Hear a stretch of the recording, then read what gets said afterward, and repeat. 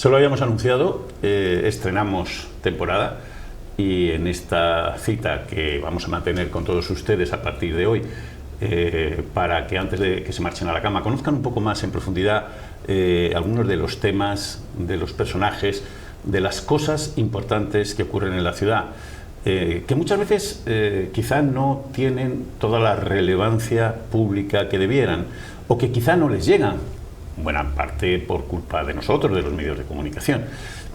Hoy hemos querido empezar esta temporada con un invitado muy especial, que representa algo enormemente simbólico e importante para centenares, yo diría para miles de familias de este país, aunque nos vamos a quedar en Granada, lógicamente, porque vamos a hablar de memoria. Vamos a hablar de memoria, de la que cada año aflora con los trabajos del equipo que el profesor Francisco Carrión coordina desde hace ya varios años. Está recién llegado del inicio de los trabajos en una nueva fosa, aunque terminaba, no hace demasiado tiempo, la cuarta campaña en el Barranco de Vigna, uno de los lugares más simbólicos quizás de todos los que tienen en su suelo la memoria de esas familias que fueron destruidas, destrozadas con motivo de aquella barbarie que vivió nuestro país hace algo más de 80 años. En fin, queremos hablar de memoria, queremos hablar de por qué es tan difícil que esa memoria aflore, queremos hablar de cómo se trabaja, de qué se va a hacer, y le damos la bienvenida a, bueno, pues a un personaje sin el cual sería muy difícil que pudiéramos entender los trabajos que se están haciendo al respecto. Como decíamos, es el profesor Francisco Carrión, es profesor de la Universidad de Granada y es el coordinador de esos equipos. Paco, buenas noches, bienvenido, un placer. Buenas noches, Agustín, pues es un placer nuevamente estar con vosotros.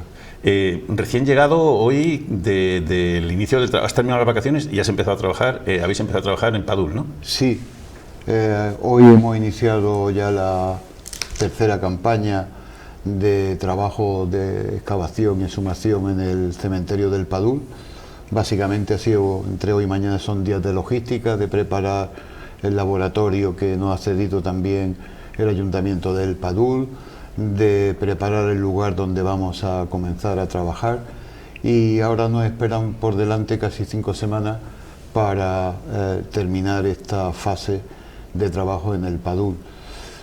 Hasta el día de la fecha llevamos 5 personas ya exhumadas y localizadas, al menos 2 de ellas son mujeres.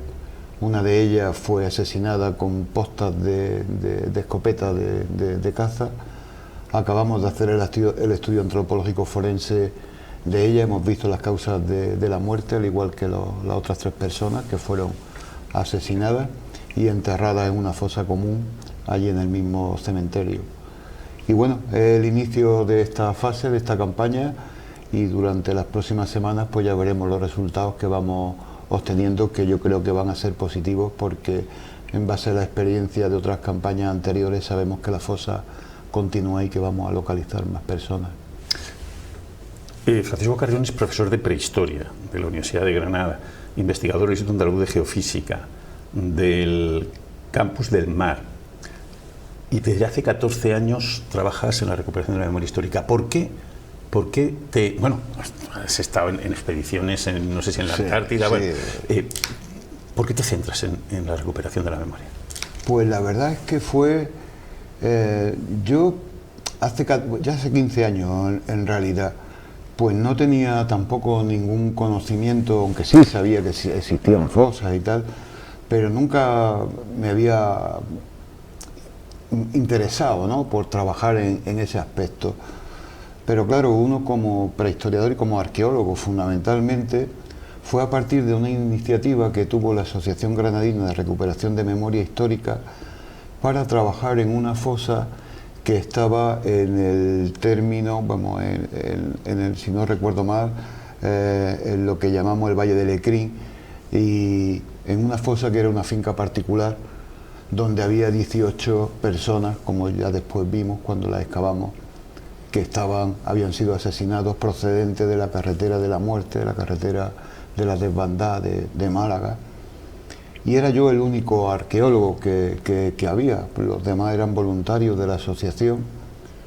Y yo a partir de ese momento dije, tenemos una deuda, los arqueólogos, una deuda histórica con este tema. Y yo creo que, aunque yo me dedico a etapas pues, bastante más antiguas, pero yo creo que la arqueología contemporánea puede ser también una herramienta, pues precisamente pues porque son en Andalucía cerca de 50.000 personas las asesinadas, y que tenemos que tomar conciencia como arqueólogos, como universitario en este caso, de la Universidad de Granada, y poder seguir colaborando con asociaciones cuando el movimiento todavía no tenía ni la financiación que tiene actualmente, sino era con mucha cuota de voluntarios y con muy pocos arqueólogos, hasta que comencé a formar dentro de mi equipo de trabajo, que los que trabajo habitualmente o trabajaba en otros temas más arqueológicos, más antiguos de la prehistoria y tal, y decirles, bueno, yo creo que debemos de iniciar un proceso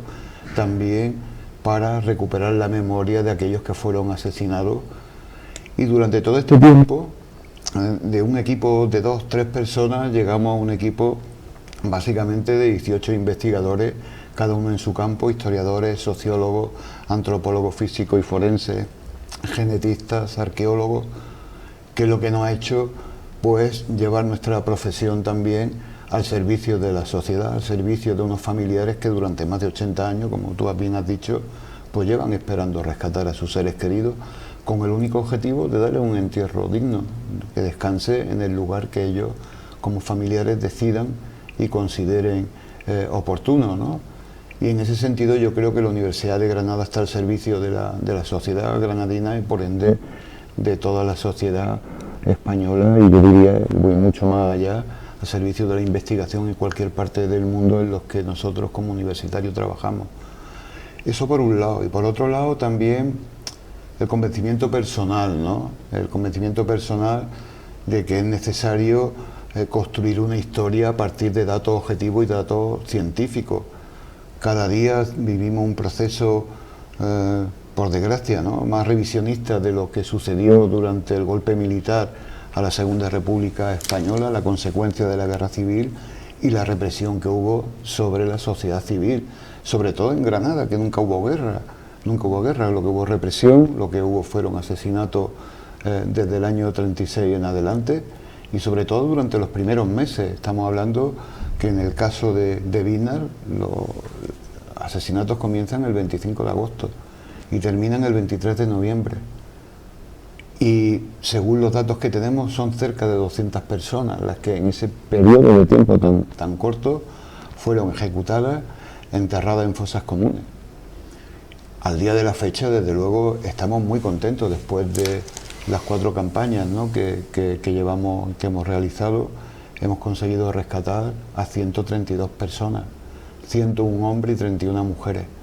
Es una cifra importante porque cuando uno imagina o ve todo el material antropológico que tenemos ahora mismo en contenedores esperando su identificación genética, y lo ve en ese espacio, ¿no?, que cedido por el Ayuntamiento de Biznar, al que siempre vamos a estar agradecidos por su implicación, por su interés y por su compromiso también con los familiares, ¿no?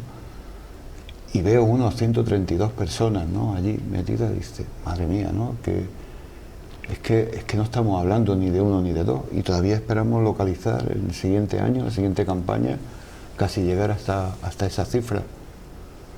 Y ese será, digamos, el objetivo final para el barranco de Biznar, porque la represión y los asesinatos van más allá del barranco, van hacia otros lugares. Yo diría que no hay pueblo de la provincia de Granada, incluida la capital, en el que no haya fosas, y además registradas, ¿no?, por nuestros historiadores en archivos, por nuestros trabajos que también hacemos de geofísica, de prospecciones geofísicas. Es decir, que hemos iniciado, gracias también, hay que hablar de ello, a la financiación que hoy en día tenemos las universidades por parte del Ministerio de Política Territorial y Memoria Democrática, a través de la Secretaría de Estado de Memoria, de su secretario, Fernando Martínez, catedrático de Historia Contemporánea, que ha hecho posible que en estos últimos 5 años el Estado, que es a quien le corresponde la competencia, no hay que olvidar el Consejo de Naciones Unidas, ¿no?, que son los Estados los responsables de las exhumaciones de las fosas que hay, en este caso, de la guerra civil y de la posguerra en todo el Estado español. Recordar que España sigue siendo el segundo país con más fosas después de Camboya, ¿no? Así que el objetivo para nosotros es, en el tiempo, no solamente de investigación, es también formación, para ir formando a futuros arqueólogos para que vayan investigando, iniciando su investigación en esta línea de lo que llamamos arqueología contemporánea. Ahora vamos a Vinnar, ahora vamos a esas campañas en Vinnar. Profesor Paco, ¿por qué te impresionó tanto aquella fosa de Melejís? ¿Por qué Además de ser la primera. Pues hay dos cosas que nunca se me olvidan y que las tengo sedimentadas aquí. Fue cuando abrimos esa fosa, era una zanja larga donde estaban situados uno detrás de otro, hasta ocupar 18 espacios, 18 personas. En realidad supimos que eran carabineros que venían del puerto de Málaga a través de uno de los distintivos de la chaqueta de uno de los militares. El olor que desprendía aquella tierra no era un olor de putrefacción, no, era un olor de horror, de respirar el pánico, de ver las expresiones de estas personas, sobre todo sus expresiones craneales, ¿no? De vivir ese momento, de lo que te transmiten. Pues yo siempre lo digo, es que te están hablando a su manera y tú lo estás oyendo. Nosotros interpretamos como arqueólogos los sedimentos y también los contextos, en este caso un contexto funerario. Pero ese olor primero que me llegó de esa fosa se quedó sedimentado en mí y yo siempre lo digo, lo tengo continuamente, permanente, presente, ¿no? Cada vez que abrimos una fosa digo, ya está aquí este olor otra vez, porque es igual en casi todas las fosas, no hay diferencia. Es un olor que a veces incluso no es físico, no es un olor físico, sino es un olor que emana del horror que uno está viendo en esos momentos, de los objetos que están asociados a los individuos. O sea, es que está reconstruyendo en ese momento, está haciendo una reconstrucción de esa persona, aunque no tenga su totalidad, su faceta, de su cara o de su cuerpo, pero sí estás viendo una persona que te está hablando y te está explicando sus causas de la muerte, incluso las patologías que podían tener en vida, hasta qué profesión podían tener a través del estudio antropológico forense. Eso es lo que nos dice la tierra, pero ese olor que yo decía antes, que además que puede ser físico también, pero es más bien emocional y que está sedimentado. Yo creo que cuando he hablado con mis compañeros sobre esto, todos opinan lo mismo, ¿no? O sea, no es lo mismo que trabajar en un complejo funerario del pasado, de hace 5.000 o 6.000 años, no tiene nada que ver. Aquí estamos hablando de otra cosa muy distinta. Y sí, Melejís fue esa primera vez que yo ya había trabajado en contextos arqueológicos, excavando y tal. Incluso recuerdo de la última campaña de una excavación grande, que aunque era de época musulmana, cuando se construyó la autovía de los Vélez hacia la provincia de Murcia, en una necrópolis musulmana con 180 personas que excavamos y tal. Yo no percibía esa sensación. Para mí era un hecho arqueológico, pero aquí no, aquí se une todo, se une la información que te dan los historiadores, que te dan los familiares.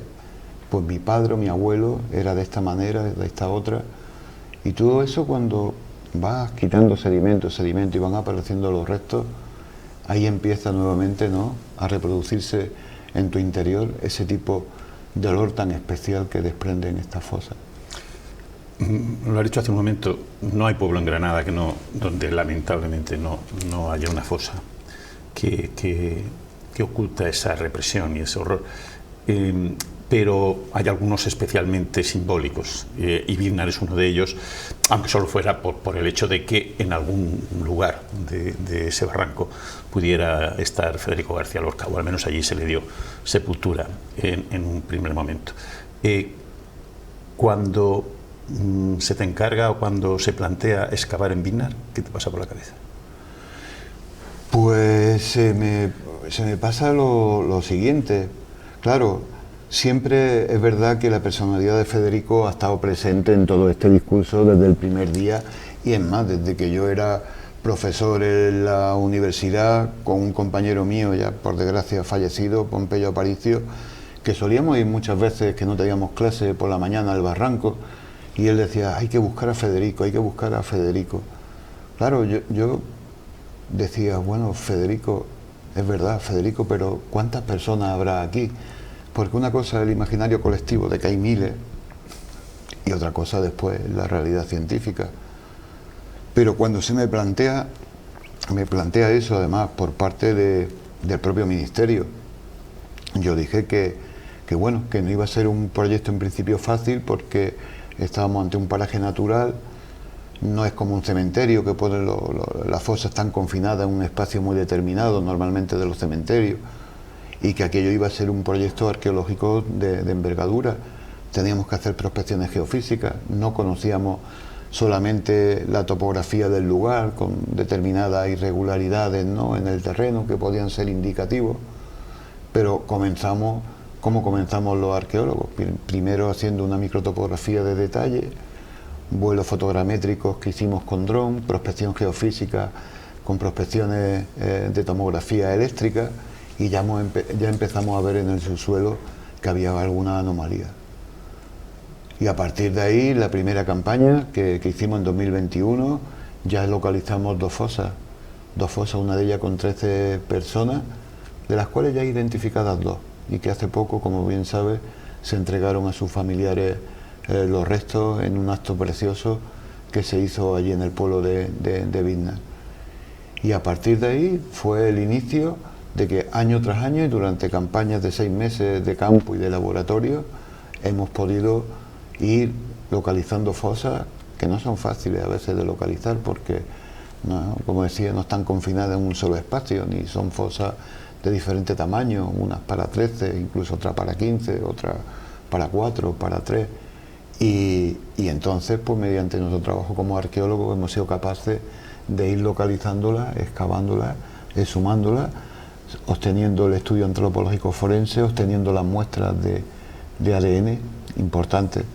En este sentido, pues colaboradores son también el laboratorio de genética que dirige el profesor José Antonio Lorente, su buen hacer, el de él y el de Juan Carlos Álvarez, el segundo del laboratorio, nos está dando también unos resultados magníficos. Es decir, que Vizna ha sido, digamos, para nosotros el buque insignia, ¿no?, de nuestro trabajo, por la dedicación, por el tiempo, por las personas que han estado implicadas en el proyecto, y sobre todo, y lo más importante, por tantos familiares que desde el primer día nos han estado acompañando, animándonos a que trabajáramos.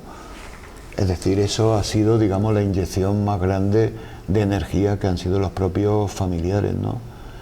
Después de estos 4 años nos une con ellos unas relaciones ya casi familiares, ¿no? Ya ellos saben, sobre todo, que no solamente trabajamos como científicos, sino que también emocionalmente todos estos trabajos nos afectan aún más cuando estamos hablando con una señora que tiene 93 años, que tiene a su padre allí con una mente perfectísimamente clara, acordándose de todos los detalles, que hace que a los que estamos alrededor de ella las lágrimas se te salten por ese tipo de emociones. Es decir, que hemos llegado ahí a una simbiosis entre ciencia y sentimientos que son importantes, que es lo que nos ha hecho, yo creo, que avancemos y estemos construyendo una historia del barranco muy distinta. Yo creo que dentro de poco tiempo, en la siguiente campaña, que yo creo que vamos a finalizar lo que es los trabajos en lo que es barranco, vamos a iniciar otro proyecto de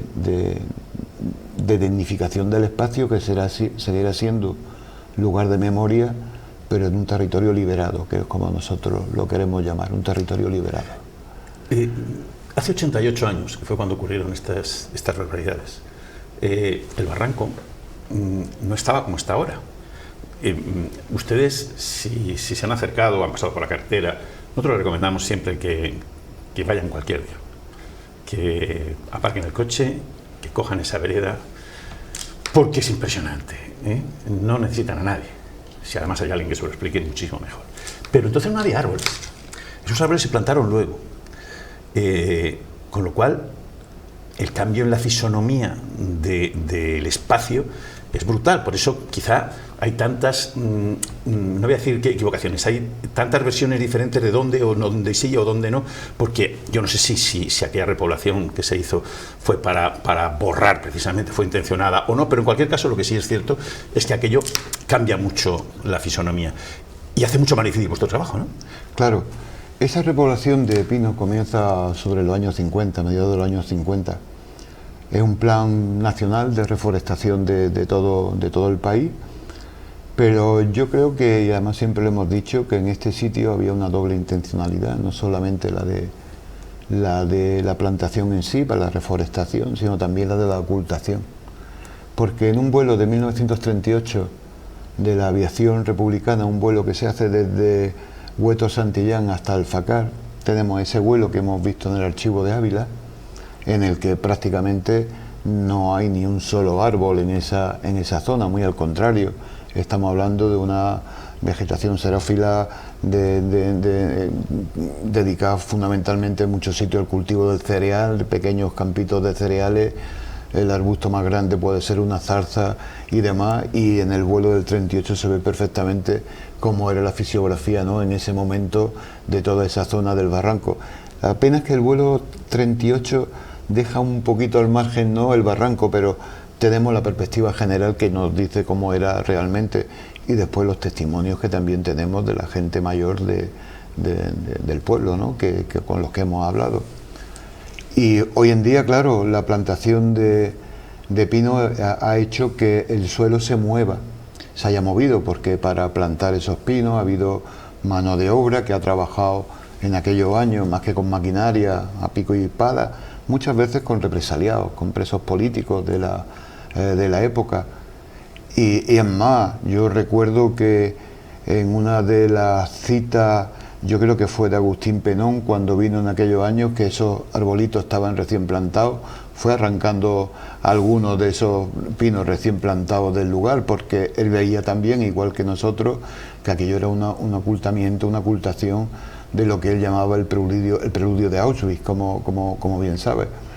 Así que es verdad que ha supuesto dificultades, pero en el momento que hemos comprendido cómo era el modelo, inmediatamente nos hemos dado cuenta cómo teníamos que trabajar. En algunos casos, afortunadamente, las raíces de los pinos, si la fosa no es muy profunda, sí es verdad que ha afectado a los restos, pero si la fosa es muy profunda, al contrario que los cipreses, que sí que es verdad que meten sus raíces muy profundas, hemos tenido la suerte de que los restos se conserven muy bien, muy bien, muy bien. Pero lo que era la fisiografía original es la que hemos perdido, ¿no?, con esa plantación de pino. Pero bueno, hemos aprendido, ¿no?, desde el primer día la lección de cómo y cómo buscar y cómo saber, ¿no? Practicar los sondeos.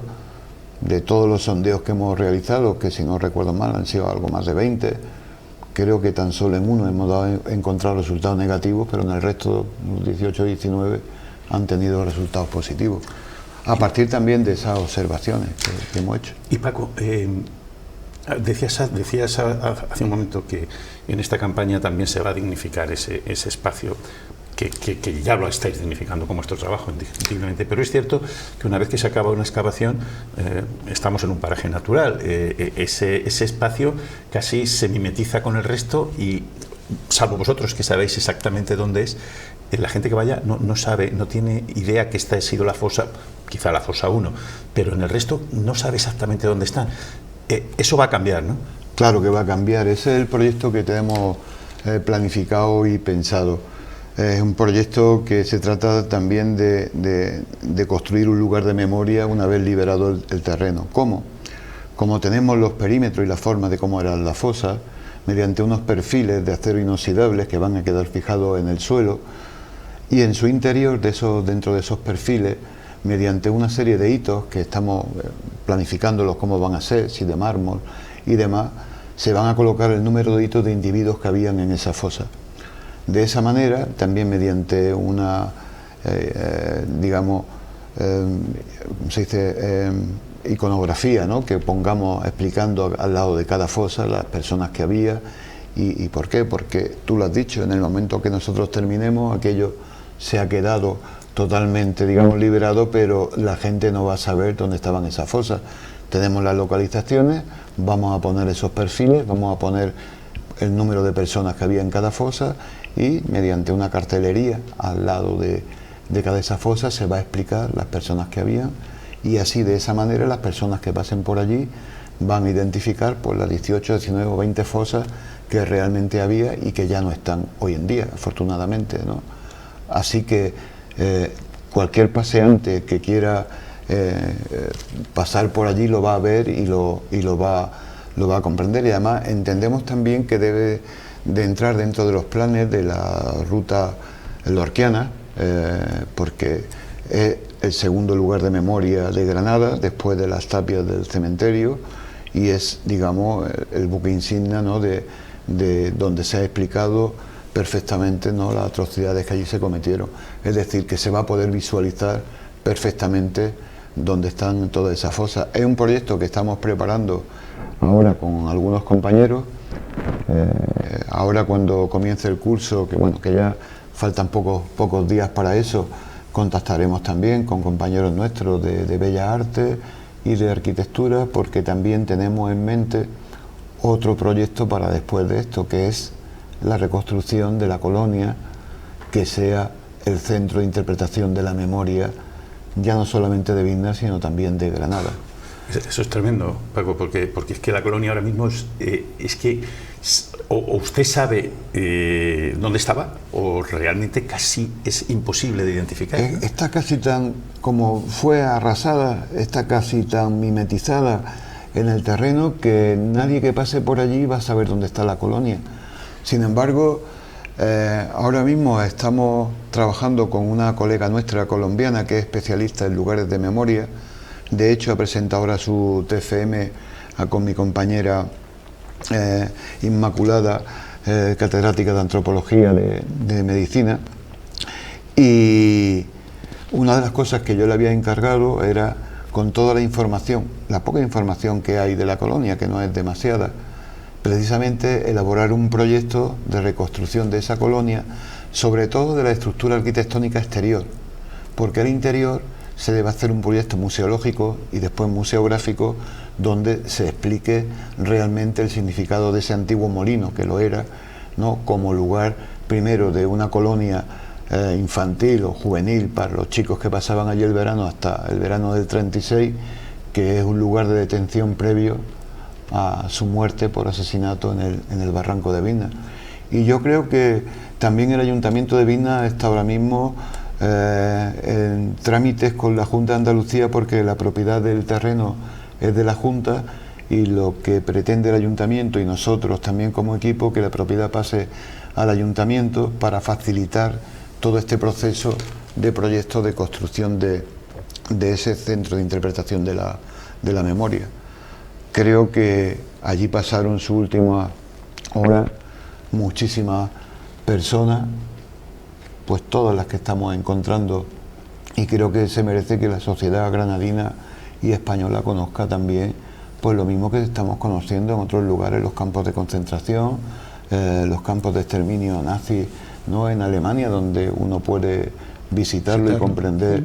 Pues para nosotros la colonia tiene ese otro significado, es decir, un lugar de detención, un lugar en el que, por desgracia, como hemos dicho, su última hora, incluso a veces ni siquiera horas, era un lugar de tránsito, a veces con muy poco espacio de tiempo para pasar directamente al barranco.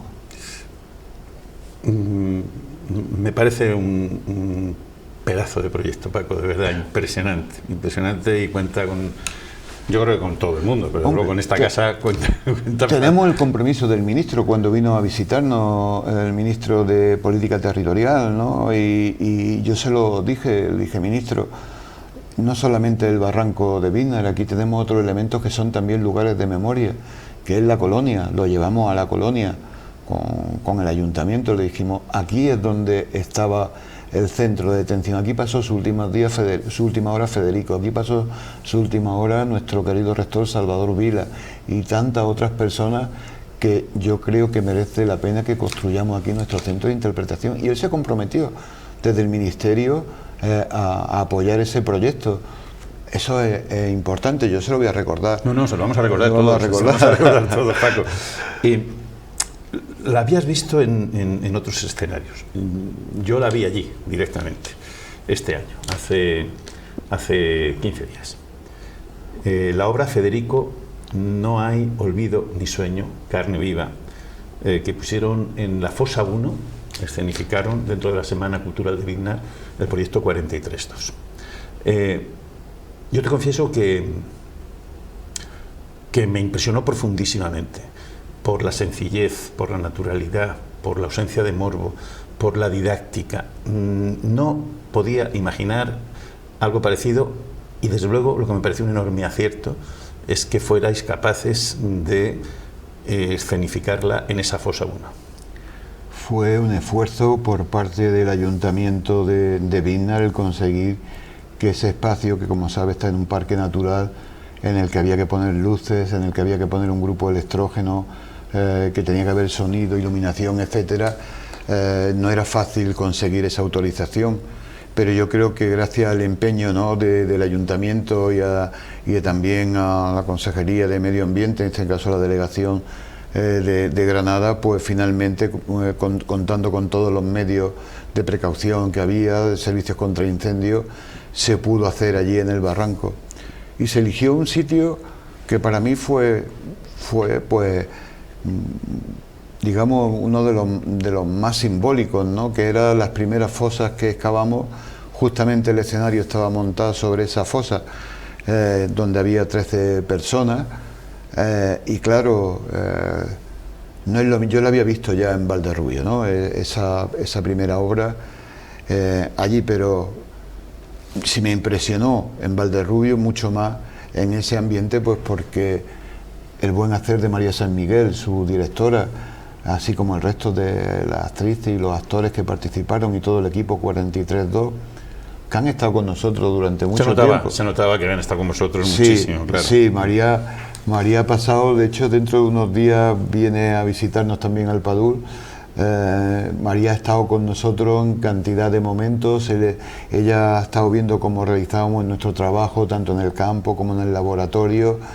A mí me ha interrogado durante horas y horas y días, ¿no?, lo mismo que a mí, a mis compañeros y a tantas otras personas, para finalmente obtener un producto que yo creo que esas cerca de 500 personas que estábamos allí en ese momento en el barranco de Biznar, estábamos todos con el alma en un vilo de la vivencia, ¿no?, y del buen hacer, y cómo habían sabido explicar de esa forma tan didáctica para la gente que no son especialistas ni conocen el tema, cuál era el trabajo a través de esa escenificación.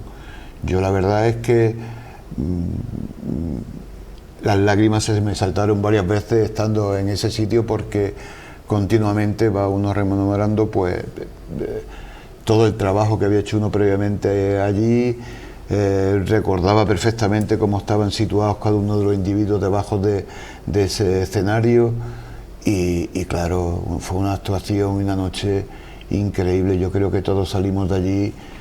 No se nos va a olvidar a nadie de los que estuvimos allí, se nos va a olvidar. De verdad que no. Y en fin, ha sido para mí, para nosotros, para nuestro equipo, pues también un aliciente más para seguir en una labor también didáctica que la estamos haciendo cara a los colegios, sobre todo los institutos de enseñanza media. Este año pasado hemos tenido la visita de más de 20 o 25 centros de enseñanza media, tanto nacionales como también de intercambio de chicos franceses que vienen y portugueses e italianos. También hemos tenido, a todos se les ha explicado todo el proceso, desde el campo al laboratorio, también a los estudiantes de la universidad que han hecho los prácticos con nosotros, los prácticos del máster, del grado y del máster de arqueología y del máster de antropología física. Intentamos siempre que la didáctica sea una herramienta más para que esta labor que nosotros iniciamos tenga una continuidad en el futuro, ¿no? Yo estoy bastante orgulloso de mis estudiantes del máster de arqueología y del grado, que están súper motivados y continuamente me están llamando: oye Paco, ¿cuándo vamos? ¿Podemos ir la campaña que viene? Pues podemos, aunque ya hayamos hecho el práctico. Yo siempre digo que sí, que los voluntarios siempre se aceptan, pues porque ellos van a ir aprendiendo cada día más. Quizá la obra de teatro de María San Miguel ha sido una forma didáctica que quizás nosotros no sepamos hacer de esa manera, pero que ha sido maravilloso la forma con la que ella ha tenido la capacidad, ¿no?, de representar, de observar nuestros gestos, nuestras conversaciones entre nosotros mismos, como tú bien sabes, de estar atenta de, bueno, a horas de grabación, ¿no?, con la grabadora interrogándonos. Vamos, yo en mi vida me habían interrogado tanto y tantas veces, pero sí, yo creo que fue una noche para mí muy especial, mágica en ese sentido.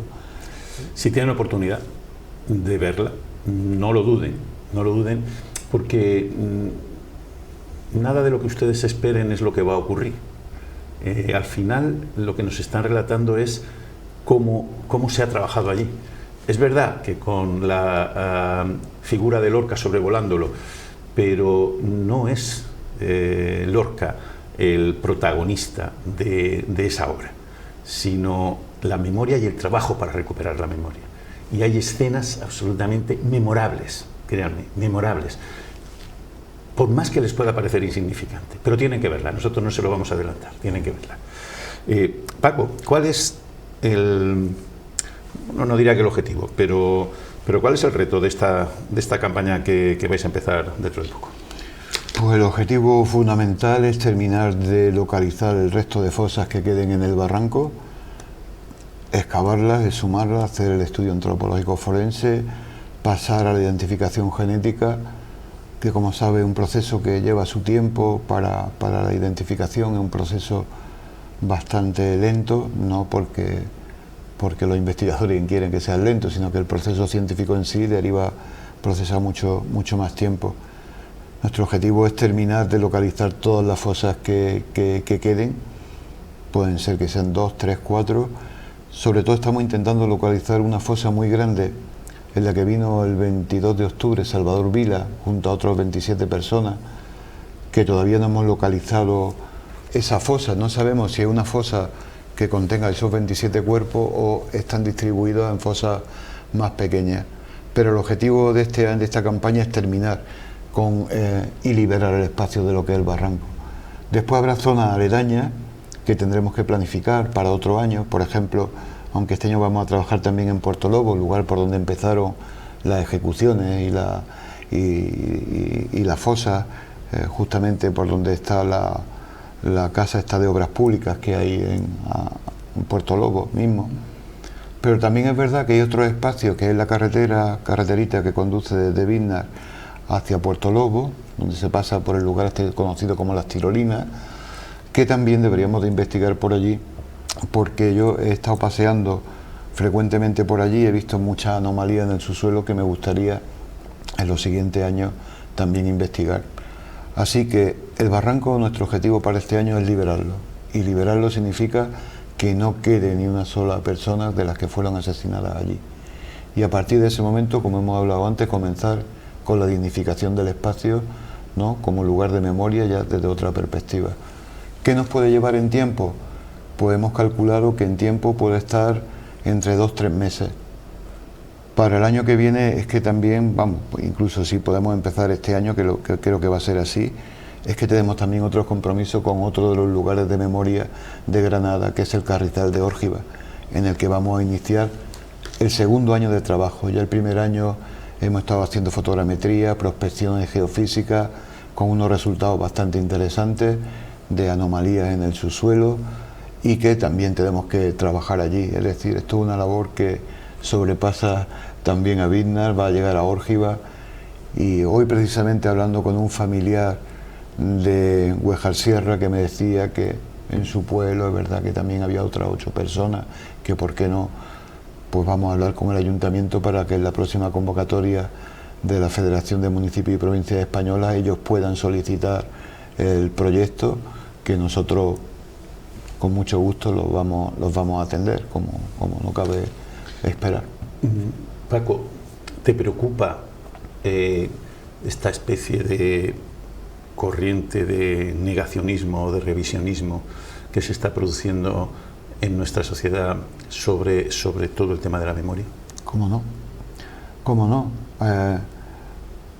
Y además viene de sectores de la política, por desgracia, que bueno, al menos algunos deberían de ser conscientes, porque ellos mismos, algunos tienen familiares que fueron represaliados, pero el miedo que nos está dando es que esto siempre es el mismo discurso. Esto fue una guerra entre hermanos, esto fue algo que no tenía que haber pasado, no es como lo contáis, porque por los dos bandos hubo asesinatos,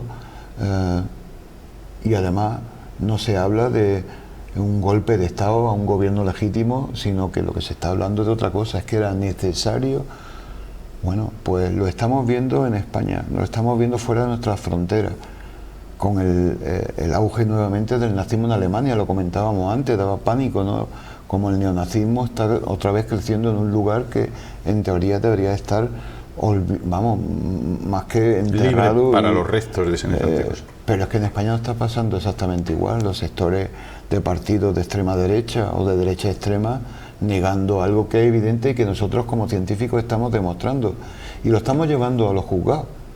Gracias a la intervención también de la Fiscalía General de Derechos Humanos y Memoria Democrática, ya se han incoado decretos a partir de nuestros informes científicos demostrando que son crímenes de lesa humanidad, tal y como aconseja Naciones Unidas, y eso va a seguir un recorrido judicial. Ya se ha iniciado el proceso y estamos enviando informes a la Fiscalía continuamente cada vez que abrimos una fosa, y los elementos son científicos. Aquí no hay ideología.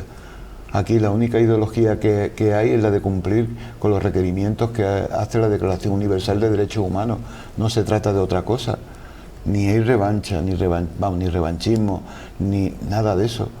Cuando se dice violencia republicana hubo, sí, pero ¿en qué porcentaje en relación a la represión que hubo dirigida desde los generales de Sevilla, de los mandos militares de Granada, a acabar con todos aquellos que no eran personas, como se decía, afectas al régimen o afectas al golpe de Estado? Nada más que hay que ver los discursos de Queipo de Llano o las actuaciones del comandante Valdés o del capitán Nestares y de tantas escuadras negras que funcionaron de personal civil, ¿no?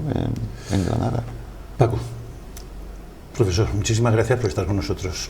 Que vaya todo muy bien, que vaya el trabajo lo mejor posible, y yo esas gracias las querría hacer extensivas, primero en nombre de tantos y tantos y tantos familiares que lógicamente estáis resultando con vuestros trabajos su esperanza de poder recuperar 88 años después a sus seres queridos.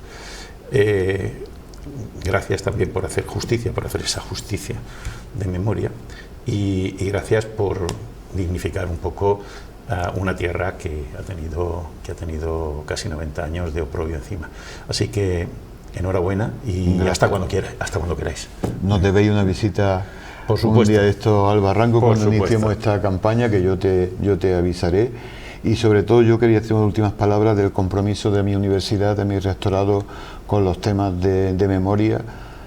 Sabes que iniciamos ya este año la Cátedra de Memoria Histórica Salvador Vilas, de nuestro rector, querido rector asesinado, que vamos a comenzar con también nuevas actividades, que eso va a ser pues una cátedra que creo que era necesaria, creo que mi rectorado lo ha comprendido y la pone en marcha a través también de la Secretaría de Estado de Memoria, y que será también alguna noticia para cuando estemos andando, y que creo que será de vuestro interés. Grandísima noticia. Así que gracias a vosotros nuevamente. Muchas gracias, Paco. Nada.